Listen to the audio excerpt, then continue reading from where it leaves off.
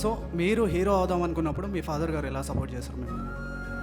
ఏంట్రా డాక్టర్ పని చేసేవాడివి ఇలా రెస్పాన్సిబుల్ లేకుండా సినిమాకి వెళ్తున్నావే అని, నువ్వు సినిమాకి వెళ్తావంటే ఇల్లు బయటికి వెళ్ళిపో, లేదు డాక్టర్గా ఉంటావంటే ఇంట్లో ఉండు కండిషన్ పెట్టారు. నేను బయటికి వచ్చేసా.